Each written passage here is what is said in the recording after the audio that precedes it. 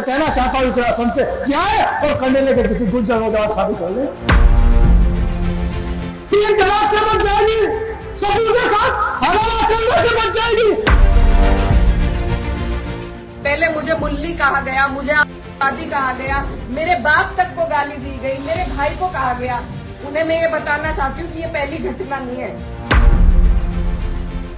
दोस्तों ये वीडियो काफी ज्यादा वायरल हो रहा है इस वक्त। ये है गौरी शंकर गौशाला के स्वामी राम विशाल दास। इकरा हसन पर इन्होंने ऐसा बेतुका बयान दिया है जो काफी ज्यादा वायरल हो रहा है। पहले आप सुनिए जरा इकरा हसन को मुफ्त का ये क्या ज्ञान दे रहे हैं। जब इकरा हसन आई होगी तो उसने कहा होगा मैं गुजरी हूँ, मैं आपकी जाति की हूँ, मैं भी आपकी बेटी हूँ, मैं भी आपकी रक्षक हूँ, आप मुझे वोट दीजिए। तो क्या केवल ये वोटों का रिश्ता है?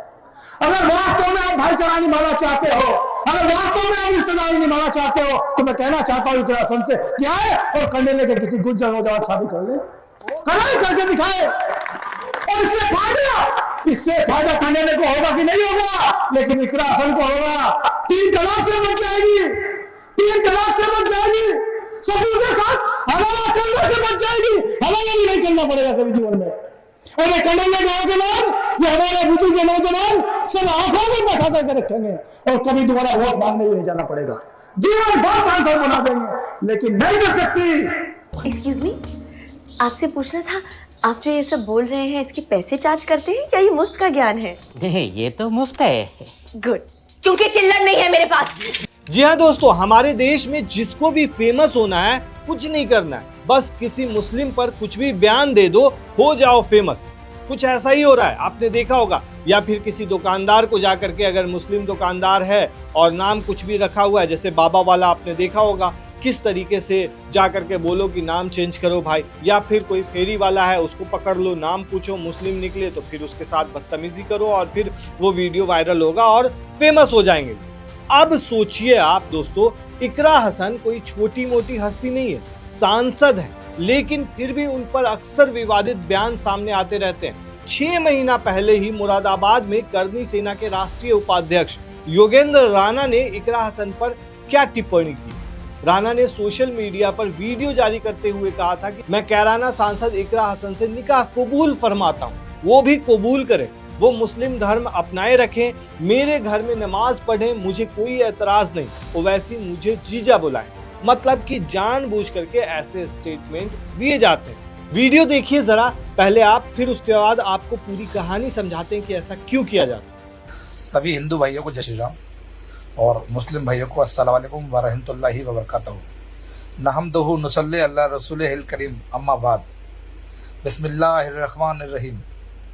मैं ठाकुर योगेंद्र सिंह राणा, एडवोकेट, बल्द, स्वर्गीय श्री पृथ्वी सिंह, इकरा हसन माननीय सांसद कैराना, बल्द, मरहूम मुनव्वर हसन साहब से निकाह कबूल फरमाता हूँ। वो भी कबूल करें, वो मुस्लिम धर्म अपनाए रखें, मेरे घर में नमाज पढ़ सकती हैं, मुझे कोई एतराज़ नहीं है।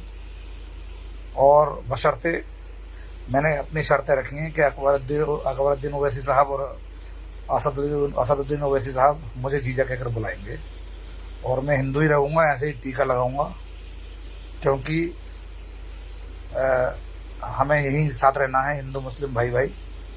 तो मुझे ये निकाह कबूल है। वहीं दोस्तों अब स्वामी राम विशाल, इनका वीडियो वायरल है। दरअसल 31 जनवरी को महाराज कंडेला गांव में हिंदू सम्मेलन था। इसमें गौरी शंकर गौशाला के स्वामी राम विशाल दास भी पहुंचे थे। उन्होंने मंच से कहा, जब इकरा हसन गुज्जर समुदाय के बीच वोट मांगने आई थी तो उन्होंने कहा था कि मैं आपकी बेटी हूं, मैं भी गुज्जरी हूं, मैं भी आपकी जाति की हूं, मुझे वोट दीजिए। इसी पर स्वामी राम विशाल दास ने इकरा हसन को बिना मांगा हुआ सुझाव दिया।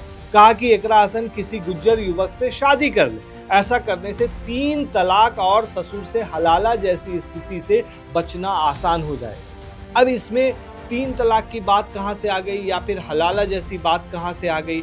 मतलब आप समझ रहे हैं, जानबूझ करके इस तरह की बातें कही जा रही कि जानबूझ करके, ताकि इस तरह से वीडियो वायरल हो जाए। दोस्तों वीडियो वायरल होने के बाद सोशल मीडिया पर बहस भी शुरू हो गई। कई लोग स्वामी राम विशाल दास के बयान की निंदा कर रहे हैं। लेकिन जिस तरीके से इकरा हसन पे बयान दिया है वो अपने आप में सोचने का विषय है दोस्तों। क्यों आखिर एक सांसद के ऊपर इस तरीके का बयान दिया जा रहा है? आप इकरा हसन के बारे में क्या जानते हैं? हिंदुस्तान के ज्यादातर लोग उन्हें पसंद करते हैं, चाहे वो हिंदू हो, मुस्लिम हो, ईसाई हो, सिख हो, कोई भी हो। इकरा हसन को सब पसंद करते हैं, उनकी सोच को सब पसंद करते हैं। क्यों पसंद करते हैं, जरा इस वीडियो को आप देखिए। कि हम भारतीय मुसलमान जिन्ना के आह्वान को ठुकराकर अपने इस प्यारे वतन की मिट्टी के साथ मजबूती से जुड़े रहे। हमने महात्मा गांधी, बाबा साहब डॉक्टर भीमराव अंबेडकर, रविंद्रनाथ टैगोर जी, सुभाष चंद्र बोस जी, मौलाना अबुल कलाम आजाद, अशफाक उल्लाह खां साहब के विचारों को अपनाया। हम भारतीय मुसलमान इंडियंस बाय चॉइस हैं, बाय चांस नहीं। मैं सत्ता पक्ष से सवाल करना चाहूंगी कि जो विजन आजादी के समय के लोगों का था, राष्ट्रगीत को स्वेच्छा पर छोड़ने का, उसी का अनुसरण माननीय अटल बिहारी वाजपेयी जी ने किया, तो क्या वे भी मुस्लिम तुष्टीकरण कर रहे थे? जी नहीं, अटल बिहारी वाजपेयी जी राजधर्म निभा रहे थे। देश में सब धर्मों को एक साथ लाना, सबके जज्बात का एहसास करना ही सबसे बड़ा राष्ट्रवाद है। माननीय अध्यक्ष महोदय, आज हमें वंदे मातरम के असली भाव को समझना जरूरी है। यह गीत तो देश के जल, जंगल, जमीन, हरियाली और निर्मल हवा की वंदना को समर्पित है। यह भारत की जन जन की मंगल कामना करता है कि भारत का हर नागरिक स्वस्थ रहे, सुरक्षित रहे और सम्मान के साथ जी सके। सुजलाम सुफलाम का अर्थ है, सुनिए, ऐसा देश जहां स्वच्छ और पर्याप्त जल हो, जहां नदियां जिंदा हो, बहती हो, जीवन देती हो। अध्यक्ष महोदय, लेकिन अब जरा यमुना का हाल देखिए।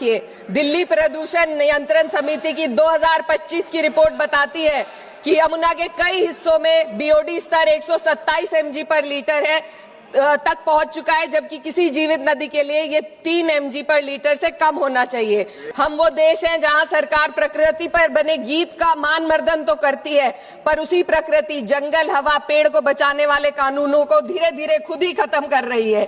ये है आज के हमारे मलयज शीतलम की अफसोसजनक सच्चाई। आज किसान सिर्फ मौसम से नहीं लड़ रहा, वह प्रदूषण, नीतियों की बेरुखी और सिस्टम की नाइंसाफी से लड़ रहा है। एक तरफ कॉर्पोरेट के लोन माफ होते हैं, दूसरी तरफ किसान को उसकी वाजिब एमएसपी भी नहीं मिल पाती है। आप ग्लोबल सुपर पावर बनने की बात करते हैं, लेकिन हमारी पर कैपिटा इनकम दुनिया में 136वें नंबर पर है। हम अपने छोटे पड़ोसी देश से भी पीछे हैं। हमारे लोग $2500 तक भी नहीं कमा पा रहे एक साल में। कि सारे जहां से अच्छा हिंदुस्तान हमारा, हम बुलबुले हैं इसके, ये गुलसिता हमारा। मजहब नहीं सिखाता आपस में बैर रखना, हिंदी है हम, पता नहीं हिंदुस्तान हमारा। तो दोस्तों, ये है इकरा हसन।